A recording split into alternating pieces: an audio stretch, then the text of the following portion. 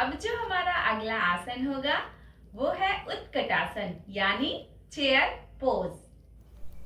यह आसन हवा में नितंब को स्थापित करके बैठने की मुद्रा में लगाया जाता है। कमर दर्द, साइटिका, गाठिया, हार्निया, पथरी आदि व्याधियों में इस आसन से लाभ मिलता है। पिंडलियों, कमर, घुटने, जांघों आदि की हड्डियों और पेशियों में मजबूती तथा लचीलापन लाता है। सावधानियां: उत्तर की ओर मुंह करके आसन ना लगाएं। आसन का अभ्यास धैर्य के साथ करें।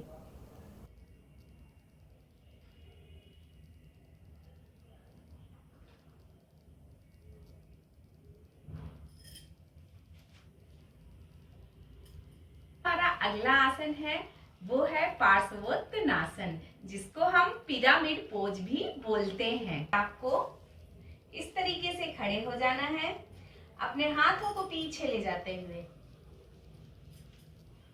इस आसन से हमारे शरीर को बहुत सारे लाभ होते हैं। हमारी रीढ़ की हड्डी, कूल्हों, कंधों, हामस्ट्रिंग और कलाइयों में खिंचाव आता है। पैरों को मजबूत करता है, दिमाग को शांत करता है, पेट के अंगों को उत्तेजित करता है, पाचन में सुधार लाता है, संतुलन की भावना को बढ़ाता है, गर्दन, कंधे, कोहनी और कलाई में गठिया कम करने में मदद करता है, लीवर, स्प्लीन और पेट की अच्छी मालिश करता है। जिन्हें भी पीठ के निचले हिस्से में दर्द हो या हाई ब्लड प्रेशर हो, वह पूरा आगे न मुड़े। पूरा आगे मुड़ने के स्थान पर यह करें: एक दीवार के समीप खड़े होकर जमीन से समानांतर हो जाएं। इस मुद्रा में आने के बाद अपने हाथों को दीवार पर टिका लें। अपनी शारीरिक क्षमता से अधिक जोर ना लगाएं।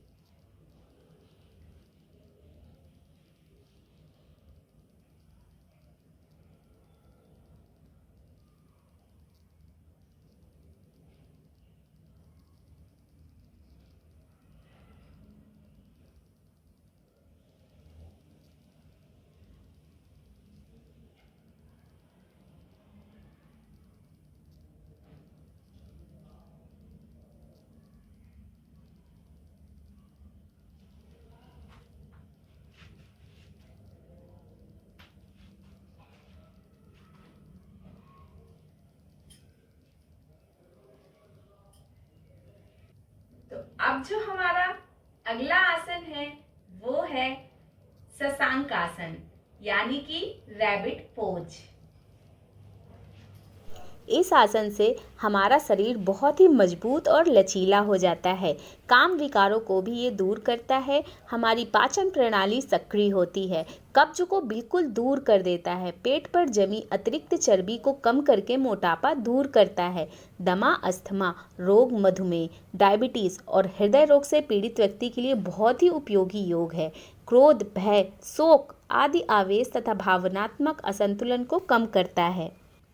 पेट और सिर में कोई समस्या होने पर इस योग को नहीं करना चाहिए। चक्कर आना, उच्च रक्तचाप, हार्निया और स्लिप डिस्क की तकलीफ होने पर यह योग ना करें। यह योग करते समय कोई तकलीफ होने पर तुरंत डॉक्टर और योग विशेषज्ञ की राय लेना चाहिए। अभ्यास के साथ इस योग का समय धीरे धीरे बढ़ाना चाहिए। यह आसन रोजाना करने से आप मनोविकार से दूर रह सकते हैं और आपकी स्मरण शक्ति बहुत अच्छी हो जाएगी।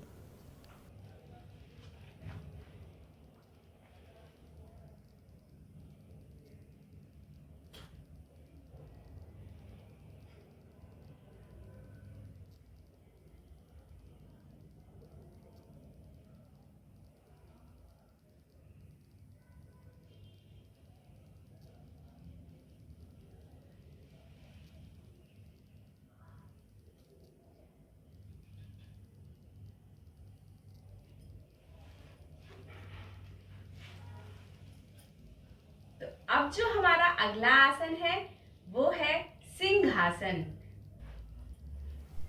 इस योग को करने से हमारे शरीर को बहुत सारे फायदे मिलते हैं। यह योग हमारी आवाज़ को मधुर बनाता है, हमारे चेहरे की खूबसूरती को बढ़ाता है। एंटी एजिंग योग है ये। हमारे थायराइड के लिए बहुत ही अच्छा है। वजन कम करने के लिए बहुत ही अच्छा आसन है। आँखों की बीमारी के लिए बहुत ही अच्छा आसन है। गले की बीमारी के लिए भी बहुत ही लाभकारी आसन है। पेट की बीमारी में खून संचार के लिए, अस्थमा के लिए, गले नाक कान के लिए, मासिक धर्म में, रीढ़ की हड्डी में, दांत जीभ जबड़े के लिए और आंत की सफाई के लिए ये सबसे अच्छा योगासन है। इस योगासन को 20 से 30 सेकंड के लिए करना चाहिए और 4 से 6 बार दोहराना चाहिए। अंत में अपने पैरों को सीधा करके अपनी प्रारंभिक स्थिति में आने के बाद थोड़ा सा रेस्ट दीजिए। सावधानियाँ: यदि आपके घुटने में चोट है तो आप इस आसन को एक कुर्सी में बैठकर करें। अगर आपको इस आसन को करने के लिए पद्मासन में बैठने में कठिनाई होती है तो आप इसे वज्रासन में भी बैठ के कर सकते हैं।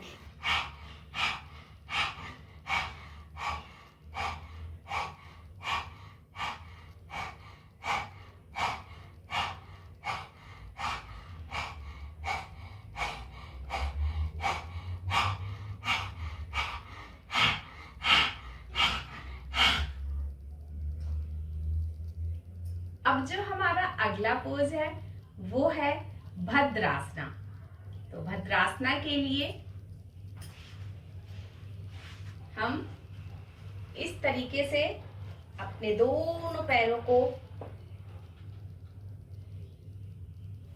भद्रासन करने के बहुत सारे हमें लाभ मिलते हैं। इसमें ध्यान में बैठने के लिए बहुत ही उपयोगी आसन है। ये एकाग्रता शक्ति को बढ़ाता है, दिमाग तेज करता है, मन की चंचलता को कम करता है, प्रजनन शक्ति बढ़ाता है, पाचन शक्ति ठीक करता है, पैर के स्नायु मजबूत होते हैं, सिर दर्द, कमर दर्द, आंखों की कमजोरी, अनिद्रा और हिचकी जैसी समस्या से भी बहुत ही जल्दी राहत देता है।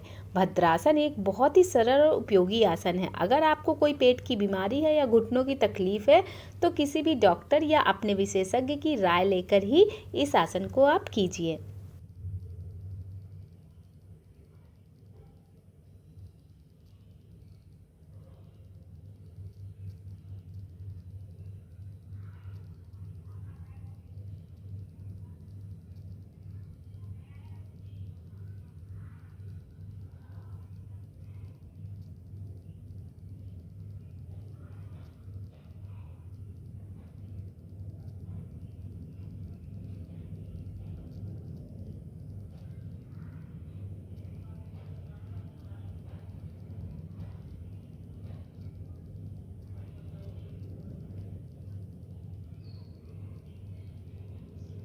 तो इसके बाद जो हमारा अगला आसन होगा वो है सेतुबंध आसना।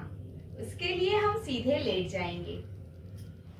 इस आसन से हमारे सीने, गर्दन और रीढ़ की हड्डी में खिंचाव पैदा होता है, हमारे पाचन तंत्र को सुधारता है और हमारा मेटाबॉलिज्म बहुत ही अच्छा करता है। एग्जाइटी, थकान, कमर दर्द, सिर दर्द और इंसोम्निया में फ़ायदेमंद है। ये रीढ़ की हड्डी में लचीलापन बढ़ाता है, दिमाग को शांत करता है, फेफड़े की क्षमता बढ़ाता है और थायराइड की समस्या में भी बहुत फ़ायदेमंद है। रक्त सुधार में बहुत ही लाभदायक है।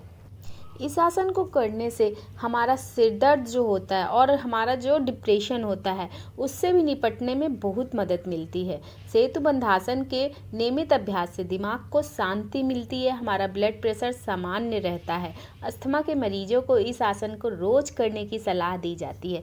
इस आसन से थायराइड ग्रंथि में उत्तेजना बढ़ती है और मेटाबॉलिज्म भी हमारा नियमित करता है। सेतुबंधासन उन लोगों के लिए भी बहुत बेस्ट है जो दिन भर कंप्यूटर या लैपटॉप के सामने बैठकर काम करते हैं। इस आसन को करने से घुटने और कंधों में मसाज मिलने जैसा आराम मिलता है।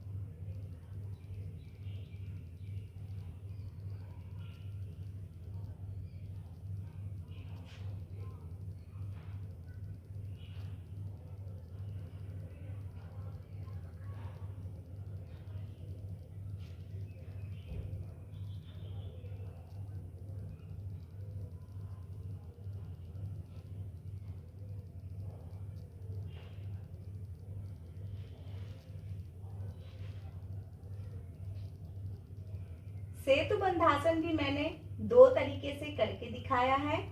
आपको जो सुटेबल लगे आप वो कीजिए। हमारा अगला योगासन है वो है वृक्षासन। इसके लिए आपको इस तरीके से खड़े हो जाना है, अपने एक पैर को दूसरे पैर में लेकर आना है। इस तरीके से आपको पूरा पैर यहाँ पर लाना है और हाथों को ऊपर ले जाते हुए स्ट्रेट खड़े होना है। इस योग को ध्यान योग भी कहा जाता है। खास करके बच्चों के लिए वृक्षासन वरदान जैसा है। इस योग को करने से बच्चों की लंबाई बढ़ती है। ऐसे में ग्रोइंग स्टेज के बच्चों को वृक्षासन करने की जरूर सलाह दी जाती है। इससे पैर और हाथों की मांसपेशियों में खिंचाव आता है, जो लंबाई बढ़ाने में बेहद ही फायदेमंद होता है। अगर आपको तनाव है तो उसको भी खत्म करने में ये बहुत ही ज़्यादा लाभदायक है। पैरों को बहुत ज़्यादा मजबूत बनाता है। शरीर में रक्त संचार सुचारू रूप से होता है इसको करने से। अगर आप रक्तचाप की समस्या से जूझ रहे हैं तो इस योग को बिल्कुल ना करें।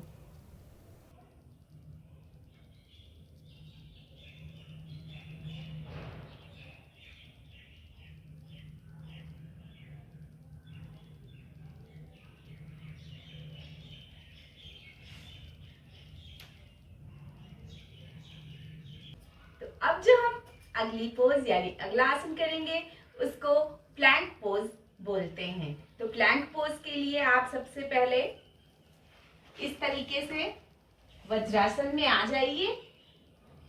देन आगे की ओर जाते हुए आपको अपने पैरों को घुटने से उठा देना है और अपने शरीर को एकदम बराबर रखना है। प्लैंक पोज को करने से हमारी पेट के मसल्स बहुत मजबूत होते हैं, कोर मसल्स बहुत ही अच्छे बनते हैं, बैलेंस बेहतर होता है, शरीर लचीला बनता है, ऑस्टियोपोरोसिस से बचाव होता है, कमर दर्द से भी बहुत ज़्यादा बचाव होता है। प्लैंक एक्सरसाइज के बहुत सारे प्रकार होते हैं, अलग अलग पोजीशन होती है, जिसमें से ये एक पोजीशन है।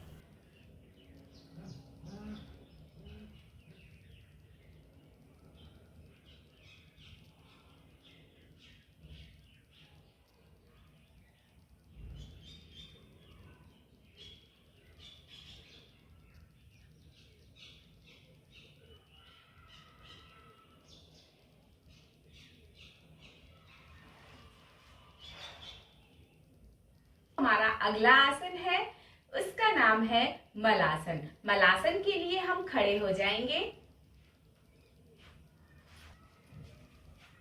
इस तरीके से। हम अपने पैर को फैला लेंगे और अपने दोनों हाथों को इस तरीके से जोड़ लेंगे और फिर हम मलासन को करेंगे। इसको ध्यान से देखिए। मलासन को 60 सेकंड तक करना चाहिए। इसको करने से हमारा लोअर बैक बहुत ही अच्छी तरीके से काम करता है, पीठ की मांसपेशियों को लचीला बनाता है, कमर और स्पाइन के मूवमेंट को बेहतर करता है, घुटने की मांसपेशियों को मजबूत बनाता है, inner thighs, quadriceps, hamstring, carbs को टोन करता है, टांगों में रक्त संचार को बेहतर बनाता है, साइटिका और वेरिकोज वेन की समस्या को दूर करता है, सीने और कंधे के मूवमेंट को बेहतर बनाता है, कंधों को मजबूत और लचीला बनाता है, पेट की भीतरी मसल्स को अच्छी मसाज देता है, हिप्स को लचीला और मजबूत बनाता है। मलासन का अभ्यास हमेशा सुबह के वक्त ही किया जाना चाहिए। अगर शाम को आसन कर रहे हैं तो भोजन से 4 से 6 घंटे पहले ही भोजन कर लेना चाहिए। आसन से पहले अपने शौच कर लिया हो और पेट एकदम खाली हो। पद्मासन। यह आसन हमारे स्ट्रेस, टेंशन, डिप्रेशन, एग्जाइटी, अनिद्रा, ईटिंग डिसऑर्डर, मोटापा, डायबिटीज़, हाइपरटेंशन आदि सभी को दूर कर देता है। ये आसन हाथों और कंधों की ताकत को सुधारता है, डाइजेस्टिव सिस्टम को भी सुधारता है, कोर और पेट की मांसपेशियों को सख्त बनाता है, शरीर में चेतना और संतुलन का विकास करता है और मूल बंध के साथ उत्थित पद्मासन करने पर आत्मविश्वास बढ़ता है, एकाग्रता बढ़ाता है। ये आसन सुबह के वक्त ही करना चाहिए। शाम को करना है तो भोजन 4 से 6 घंटे पहले ही कर लेना चाहिए। आसन से पहले शौच हमेशा कर लेना चाहिए।